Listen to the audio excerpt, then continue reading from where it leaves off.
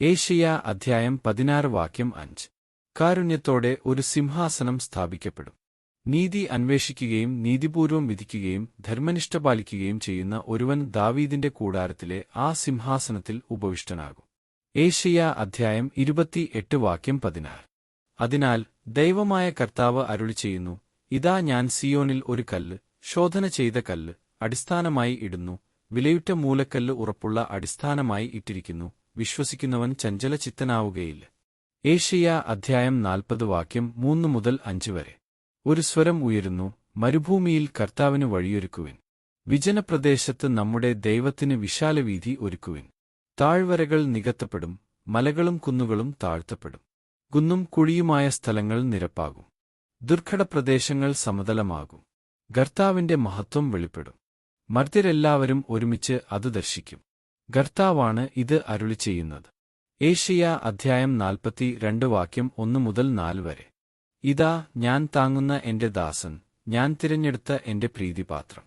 ഞാൻ എന്റെ ആത്മാവിനെ അവന് നൽകി, അവൻ ജനതകൾക്ക് നീതി പ്രദാനം ചെയ്യും. അവൻ വിലപിക്കുകയോ സ്വരമുയർത്തുകയോ ഇല്ല, തെരുവീഥിയിൽ ആ സ്വരം കേൾക്കുകയുമില്ല.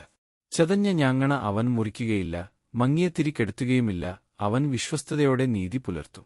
ഭൂമിയിൽ നീതി സ്ഥാപിക്കുന്നതുവരെ അവൻ പരാജയപ്പെടുകയോ അധീരനാവുകയോ ഇല്ല.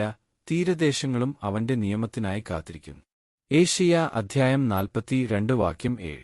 അന്ധർക്ക് കാഴ്ച നൽകുന്നതിനും തടവുകാരെ കാരാഗൃഹത്തിൽ നിന്നും അന്ധകാരത്തിലിരിക്കുന്നവരെ ഇരുട്ടറയിൽ നിന്നും മോചിപ്പിക്കുന്നതിനും വേണ്ടി ഞാൻ നിന്നെ ജനത്തിന് ഉടമ്പടിയും ജനതകൾക്ക് പ്രകാശവുമായി നൽകിയിരിക്കുന്നു.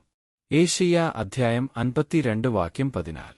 അവനെ കണ്ടവർ അമ്പരന്നുപോയി, മനുഷ്യനെന്നു തോന്നാത്തവിധം അവൻ വിരൂപനായിരിക്കുന്നു, അവന്റെ രൂപം മനുഷ്യന്റേതല്ല. ഏശയ്യാ അധ്യായം 53 വാക്യം 2 മുതൽ 5 വരെ.